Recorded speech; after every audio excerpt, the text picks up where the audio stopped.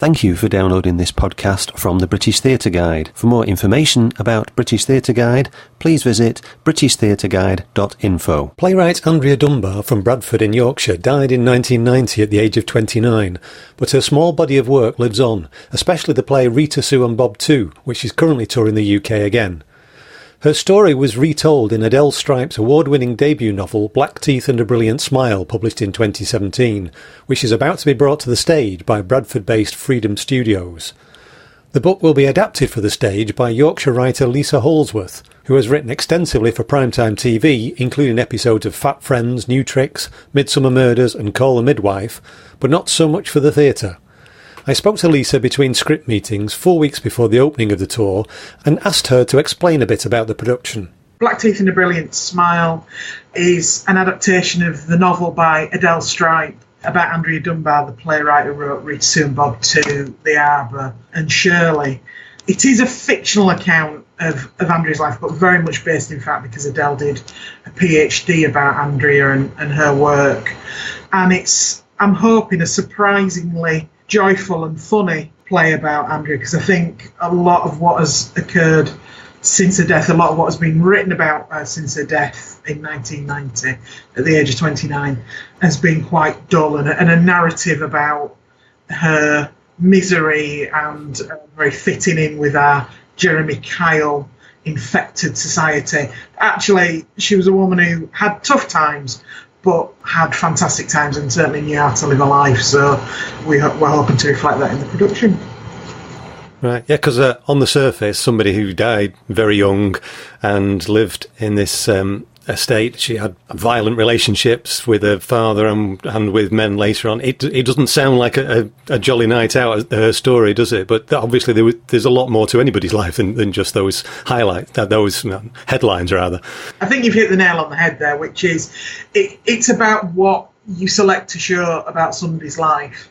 And if you only show the horror, then that's what you end up with. You end up with a miserable play that doesn't recognise what an enormously clever and talented woman she was, and that talent did out ultimately, that she was spotted against the odds. And I would say that things were not good for working class writers in the 80s when she broke through, and they're not good now. So she's an outlier. The problem is she always felt like that. She always certainly felt like an outsider and was made to feel like that. And again, that's something that I don't believe has changed in British theatre in the intervening years. I still don't think it is a welcoming environment for people who are the other. So it's a very timely play as it's turned out. I'm doing a lot of work with the Writers Guild at the moment about diversity and equality and working class access to the arts, and it certainly felt like Andrea's been sat on my shoulder for the last 18 months and making quite rude comments about some of the things I have to say, to be quite honest with you. And I think she'd be very interested in the fact that people are writing plays about her now. In fact, I think she'd be slightly annoyed. I think she'd rather write it herself. Well, in a sense she has. I mean, you said it's a fictionalised account, but it's based very closely on accounts and letters and various sort of genuine writings of hers, isn't it? Yeah. Very much so. I mean, the research that Adele did for the PhD and then for the novel is absolutely exhaustive. She's an extraordinary writer, but an extraordinary researcher as well, and she spoke to everyone she possibly could. And so, picking up the book, I was safe in the knowledge that what she'd written was accurate and reflective, and I hope I've done the same in the play. Obviously, dramatising something like that, there's things we've left out of the book, things that we've kept, and I would advise I hope that anybody who comes to see the play will then buy the book and read it if they haven't already, because it's just an enhancement of the experience, not a repetition of the experience. So, but what comes out enormously strongly through the research is Andrea's voice, both young Andrea, sort of early in her life, pregnant, the story that everybody knows about her, pregnant as a teenager, she lost her first child, then pregnant again very soon after that in an abusive relationship. But ultimately it's her voice, which is why we made the decision very early on in the development to only have female actors. This is told from the women's point of view. And in fact, we have 2 Andreas on stage because she was such a giant personality that we needed 2 actors to play her. So where did that voice come from? I mean, I know it came from her working class roots up in Bradford, but there are plenty of people there who didn't have that voice and that talent. But she was writing from, was she 14 when she wrote her first play? Where did that come from, do you think? That's a really good question. I mean, I think, someone, myself, who went to an ordinary comprehensive and came from a family where no one was a writer. Everybody was creative, but nobody was a writer in my family. And actually, the educational opportunities that were afforded to me meant that I could go off and do a ridiculous job like writing. I think that if you give people enough opportunity and a way to express themselves, then everybody has a voice, and it is a reflection of their experience, their life. Everybody knows something. Unfortunately, art forms and the way that working class people express themselves are often undervalued, and the money that's required, the period of working for free that's required to establish yourself in any of the arts at the moment is beyond the means of most working class people. So if we look at Andrea's story, and I said she was an outlier, and I mean that, she was very lucky that she had a teacher who let her write in classes where she should have been doing drama, and heard that voice in an essay very early in her teenage years, that she met someone when she was in a women's refuge who worked for a theatre company in Bradford, who read her work, sent it to Max Stafford Clark. Very lucky that Max Stafford Clark saw something in her and developed her. I mean, that relationship became problematic later on, but I think Andrea, if she was around today, would still be grateful to Max for the opportunities that were afforded her. And I think people took the time to listen. Now, whether that has changed or improved or got worse in the intervening years is an interesting discussion to have. But it was luck that got Andrea into the public eye. She already had the skill, but you need a lot of luck and you need advocates in this industry, and Andrea was lucky enough to get them. Now, you mentioned Max Stafford Clark, who was very important in getting Rita Subob 2 on stage, and now he's had his own controversies more recently. In fact, his name was taken off as the co-director of the recent revival of Rita Subob 2 after it had opened because of allegations against him. But he brought a lot of female playwrights through in the 80s, but he had a fairly close relationship, I think, with her, didn't he, in developing that script. Now, how did that work? Did she appreciate what he was asking of her, or was that a problem for her? I think it was a pretty fractious relationship, and very early on in the writing, Adele rang me and said, I just want to put one phrase in your mind that a lot of people said to me about Andrea, and it was that she could have started an argument in a graveyard. I don't think she was an easy person to work with, and I don't think Max was an easy person to work with, notwithstanding the recent allegations he's admitted them about him. I don't think there's any hint that his bad behaviour in that respect formed part of his relationship with Andrea. I think that's important to say. He did lock her in a bedroom with some cans of lager to get her to finish a play. I think most writers have been in a similar situation where someone would tie him to a chair, to be quite honest with you. I think he could be quite dismissive of her. I think she found his understanding of what working class life in Bradford was limited, and I think there were times he should have listened to her. She found putting the plays on created enormous anxiety in her, particularly that she felt that they weren't laughing in the right places, that the sets that were built for Rita Subob 2, for example, were not in any way authentic. The idea of corrugated iron and barbed wire and all that kind of thing, that's not a reflection of Bradford, which is actually a really beautiful city. Yeah. It's a reflection of a southerner's idea of what Bradford looks like.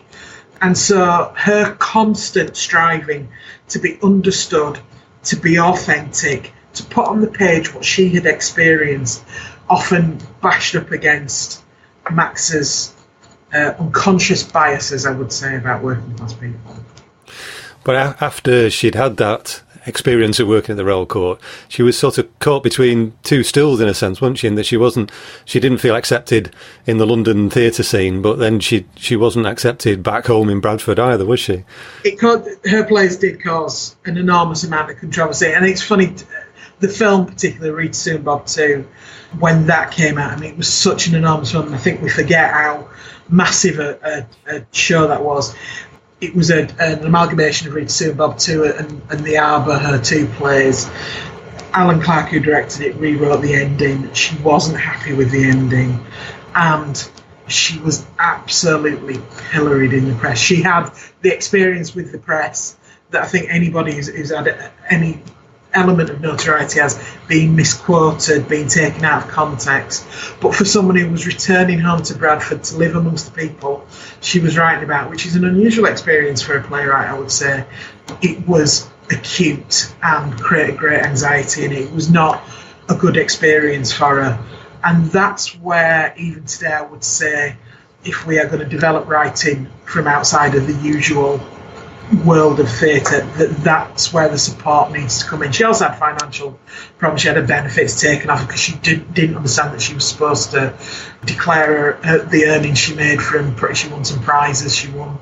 She got a little bit of payment from doing the plays, and so success was a double-edged sword for her. She'd alienated some people, and they thought she was rich and she wasn't.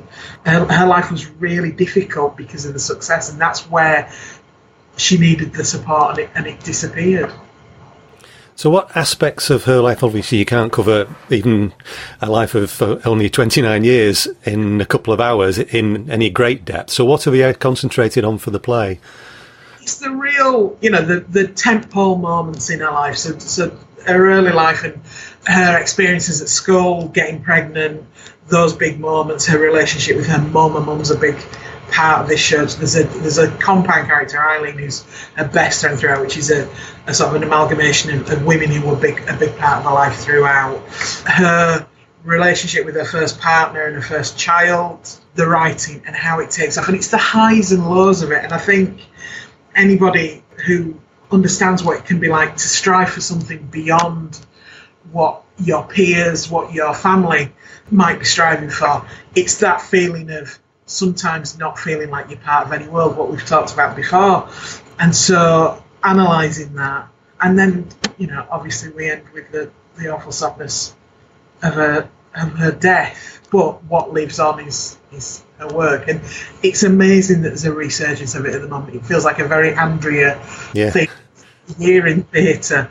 Rita Soon Bob 2 being revived. I'd like to see a more sympathetic production that's looks at the nuances of her text. I think she's underestimated as a writer. Rita Soon Bob 2 is an incredibly subtle play, even though on the surface it just seems like a lot of people from Bradford shouting at each other. But if you direct it like that, that's all you end up with. There are some scenes that are so deliciously awkward that Phoebe Waller-Bridge would be proud to have written them. And so if her work is picked up and looked at again, then I think that's great. So, as yourself, you're a female Yorkshire working class writer who worked in theatre and a lot in TV. Have you seen any parallels with your own life? Has it made you think about your own working life? Oh God, I relate massively. All through the book. I'm enormously, my family were incredibly supportive of what I wanted to do, and have been on the journey with me, and are very excited about everything I do, and that support is invaluable. And what I was inoculated with was very, very early on, particularly by my granddad.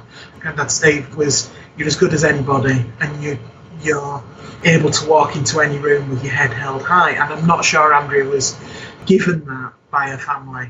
And so, her experiences of pushing on, having to put things under people's noses, trying to get people to understand a Yorkshire voice, a northern voice, the idiom.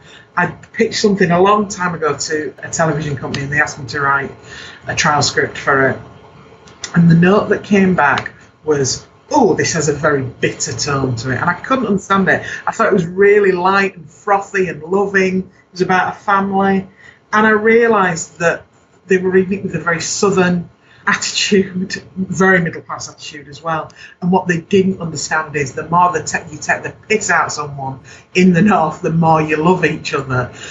And I think probably Andrea was hitting up against that sometimes, that people were reading it in their own voices and not understanding that it needs to be read in a Yorkshire accent, with that warmth, with that sarcasm, with that subtext. And so that particularly her frustration at audiences not understanding what she was trying to say, I get that massively, actually. Is there some more of her work that's not surfaced yet, or have we seen everything we're going to see? Or do you think there's something's worth a revival that we haven't seen revived recently? I think the plays are all that's left. There is a Yorkshire television show which is referenced in the book and the play in Praise of Bad Girls. It was made right towards the end of Andrea's life, and it was partly written by Kay Mellor and partly written by Andrea. It's not been shown for a very long time, and I would like to dig that up and have a showing of that in Yorkshire. Shirley got revived a couple of years ago at the Square Chapel. I think it's, again, another nuanced play that is definitely worth a look at and worth a tour. And weirdly, there is a continuing story about Andrea in her children's songs. Some of her children have not done very well in their lives, and that's a sad aspect to the story. But I think in terms of the plays, sadly, we've got everything there is of hers. Yeah. As I said before, most of your writing work has been in TV. So why did you want to come to theatre for this project? They asked me, if I'm being brutally honest. I did some work for Freedom Studios because they're my local theatre company. Where I live, they're virtually on my doorstep, helping new writers with some work. And unbeknownst to me, they were looking into the rights to Adele's book, and they approached me. They asked me how I would approach it, and I wrote a pitch for how I'd go about making this play and where I'd like the venues I'd like to see it in, that kind of thing. And that went for approval to Freedom Studios and then to Adele to make sure that I was backing up the right tree. And at that point, if they'd have said, no, this isn't how we want to approach it, I would have walked away. I've done lots of short theatre. I've written for JB Shorts in Manchester, and I produced Slung Low Shorts in Leeds. I'd written one actor, but I'd never written a full-length play. So it is very much me out of my comfort zone. Usually everything I write is 45 minutes with ad breaks. So it's been lovely to be let off the leash, break the fourth wall, do all the stuff I studied at A-level and my degree. So it weirdly feels like coming home writing for the theatre. I'm really enjoying it. Good. Have you worked a lot with Adele, the writer of the novel? Very much so. She's been across the drafts. We've met up and talked. She's given me extra material that isn't in the book, and we've talked through bits of the book where, because it's written, if you've not read the book, it's written in a very free form, stream of consciousness kind of thing. It's actually brilliantly written, and so talking through the implications of some of the stuff, getting more clarity on that, and she feels a great responsibility to Andrea and the family. So she's looked at things. We've looked at things from a sensitivity point of view as well, which I think is really, really important. Because Andrea's family are still alive and they're still in Bradford, and so making sure that it was a true reflection of Andrea, and that's not unproblematic. Like I say, she wasn't an easy woman to get along with, but also making sure it was fair and not gratuitously offensive. So I hope we've hit the balance. Have you been in touch with the family at all, or anybody else that's mentioned in the book? Adele is in touch with the family. She's spoken to them, and obviously we've let the people who own the rights to Andrew's work are still out of joint, so they're aware of the play as well. We don't quote from the play, and it is a fictional account from the plays, and it is a fictional account of Andrea's life. So there are things that are fictionalised and dramatised, as with any sort of biopic or dramatic representation of someone's life. So there are sensitivities that we've been aware of, but oddly that's where my television experience comes in, because obviously when you write for a mass audience there are massive compliance issues, things that have to be run by people, sensitivities that have to be addressed, and so actually my eye was on that from the off. So I think that's where the telly stuff has come very useful. You've written recently in The Guardian about women in TV writing, how the prominence of people like Phoebe Waller-Bridge, who you mentioned before, might make people think that everything's okay now, but it isn't. And you've also mentioned class as well. So I think things have surely got better since Andrea's time, but there's still a lot of work to do, is there? There's a hell of a lot of work to do. So I'm the deputy chair of the Writers Guild, who look after TV writers, film writers, theatre writers. And for a long time, when we've brought up questions of diversity and equality, we've been told by the powers that be that things were getting better. And about 3 years ago, we wanted to make sure, because nobody is doing proper diversity monitoring in our industry. And that's a disgrace from the off. So we did some monitoring. We looked at 10 years of television production and 15 years of film production in this country. Spoiler alert, the results were not good. And despite assurances that things are getting better, it's quite the opposite. Things have flatlined for the last 10 to 15 years in both those areas. So only 14% of primetime television in this country over 10 years was written by women. Only 16% of films made in this country were written by women. We could get into the minutiae of meritocracies and all that kind of thing, but those figures, I think, speak for themselves, that there's something going very wrong. And when we look at theatre, and when there are big announcements about seasons by the big theatres, and you see only male names on them, or you see no people of colour, no writers with disabilities, when you see the same middle-class names over and over again, the frustration is palpable in the writing community at the moment, that we are constantly given schemes and promises, and artistic directors telling us they are definitely doing things, and then season after season that is simply not the case. Don't get me wrong, there are some amazing people doing amazing work at the moment. The announcement of the Royal Court's announcement yesterday, that year of writing they're putting in place, is just delicious. There's names on there that I can't wait to see what they'll do on stage. But they are outliers. They are the minority, not the majority. And so I can talk about it until I'm blue in the face, but actually something has to be done now. And part of that, I would say, and this is my big feeling at the moment, is that writers with a level of success, and I would include that myself in that, need to put a hand back and help new writers, new voice coming through. And when I say new writers, I don't necessarily mean 18 to 25-year-olds. That can be people who are coming late to their careers, particularly women who have brought up their families and had other careers and now want to express themselves. Mentoring, caring, elevating people's work. Look at what's happened with Amelia by Morgan Lloyd. That is a show that's not just been taken to people's hearts in the industry, it's been across the board. That amplification, the elevation, saying, please go and see this. Can you not afford a ticket? Then we'll set up something so that people can afford a ticket. If you got a baby, we'll have a performance where you can bring your baby. That opening of the doors, that has to happen across the board now. Or else we'll end up with the same old voices and the same old actors over and over again. And it'll be so dumb. So what's the Writers Guild doing with that report?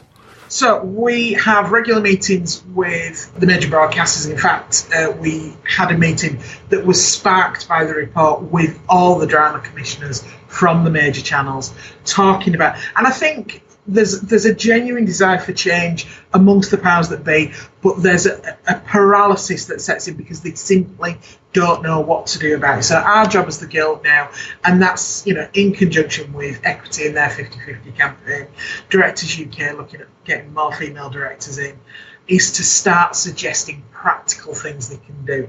Diversity monitoring is the big part of it, is that you can't keep saying things are getting better when you genuinely don't know that for a fact. There is a project in place with the major broadcasters called Project Diamond. It's not doing a great job. We'd like to see that improved or replaced with something that actually does the job.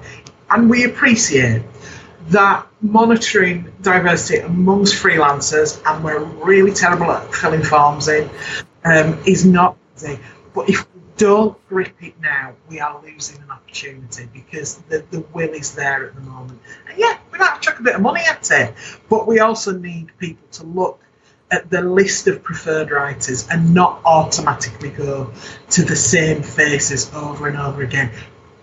Take some risks. We are in a golden age of television production at the moment. There is more content going on, more platforms by more writers than ever before. And actually, if you constantly rely on the same 5 writers, they know who they are, then we're going to run out of content. Sally Wainwright, God bless her, she can't write everything. She'll give it a go because she's that kind of writer. But, Jed Mercurio, we can't burn him out. He's too precious. So let's make sure other voices come through. We're developing new talent to make our industry sustainable. So, apart from this play, what else have you got on the cards at the moment? I assume you've got several projects running at the same time, have you? It is about to get a little bit crazy. So, work with the Writers Guild. I produced Slum Low Shorts in Leeds in July, so we're just getting the short scripts in. I'm not writing for it this year, and I co-produced that with Mark Catley, who writes for Casualty, and Joe Dodson-Parker, who's a casting director in Leeds. So that's just about to get exciting and hectic and exhausting. And I'm writing for 2 shows on television at the moment, but I can't tell you what they are because announced yet, which is very frustrating, but they're really exciting. I'm having a good time at the moment. Black Teeth and a Brilliant Smile, adapted by Lisa Holdsworth from the novel by Adelle Stripe, opens at the Ambassador in Bradford on the 30th of May 2019, before touring until the 30th of June to venues in Farsley, Barnsley, Horbury, Bradford, Leeds, Doncaster, Wakefield, Harrogate, Oldham and South Kirby. For more information, see www.freedomstudios.co.uk. For more information about the work of the Writers Guild of Great Britain, including the full Equality Rights Report, see writersguild.org.uk. You've been listening to a podcast from British Theatre Guide. For more information, please visit britishtheatreguide.info.